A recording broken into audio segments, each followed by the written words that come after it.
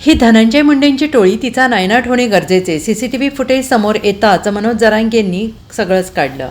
बीड जिल्हा हा पवित्र आहे, मात्र धनंजय मुंडे यांच्या टोळीने वाईट बघण्याची वेळ आणली आहे. एका जागेवर बसून तुम्ही खंडणी आणि खून करायचा कट शिजवायला लागलेले आहात. एका मंत्र्याच्या सपोर्टने तुम्ही अनेक टोळ्या चालवल्या, मात्र खून करणाऱ्या आणि खंडणी मागणाऱ्यांपेक्षा सामूहिक कट घडवून आणणारा सगळ्यात मोठा गुन्हेगार आहे आणि त्यांच्यावर 302चा गुन्हा दाखल करून जेलमध्ये टाकलं पाहिजे अशी मागणी करत मराठा आंदोलक मनोज जरांगे यांनी हल्लाबोल केलेला आहे. तर ही धनंजय मुंडे यांची टोळी आहे, तिचा नायनाट होणं गरजेचं आहे, असं आवाहन मुख्यमंत्री देवेंद्र फडणवीसांना करत मनोज जरांगे यांनी पुन्हा एकदा मंत्री धनंजय मुंडे यांच्यावर टीका केलेली आहे. वाल्मिक कराड, सुदर्शन घुले आणि प्रतीक घुले यांचे एकत्रित 29 नोव्हेंबरचे सीसीटीव्ही फुटेज आज समोर आलेले आहेत. आबादा कंपनीकडे खंडणी मागितली त्या दिवशीचे हे सीसीटीव्ही फुटेज असल्याचं समोर आलेलं आहे आणि याविषयी बोलताना मनोज जरांगे पाटील यांनी आपली प्रतिक्रिया दिलेली आहे. खरंच हे धक्कादायकपणे आणि चीड येण्यासारखं सुद्धा आहे की इतका हा पवित्र जिल्हा असताना, बीड जिल्हा ही चंपावती नगरी असताना इथं इतके प्लॅनिंगनं, म्हणजे या राज्यानं अशा प्लॅनिंग कधी बघितल्याच नाही. गुंडगिरीच्या, हप्ते वसुलीच्या, खंडणीच्या आणि छेडछाडीच्या सुद्धा बलात्काराच्या असे दरोड्याचे हे गुन्हे आहेत त्यांच्यावरती.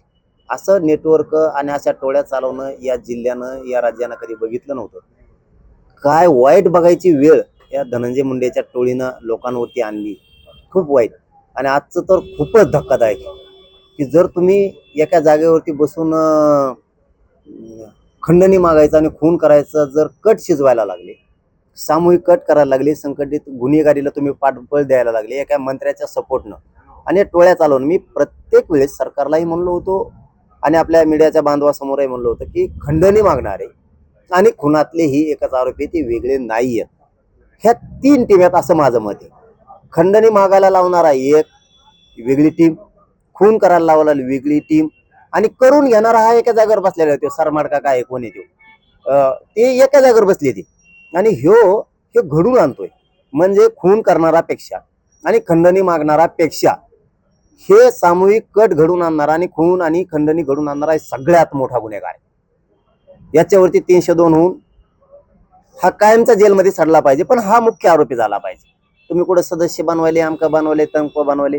आणखीन मुख्यमंत्र्यांना आपल्या माध्यमातून जाहीरपणानं मी सांगतो, खून आणि खंडणी मागणारे ज्यावेळेस हे फरार आरोपी होते त्यावेळेस हे कोणाशी बोलले यांचे शिड्यार येणं आवश्यक आहे. यांना कोणत्या मंत्रालयांनी फोन केले त्या काळात, 20-22 दिवसाच्या काळात यांनी 100% फोन केलेले आहेत.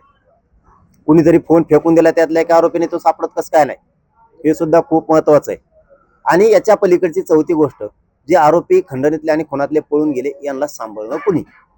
Bureau report, SBN Marathi.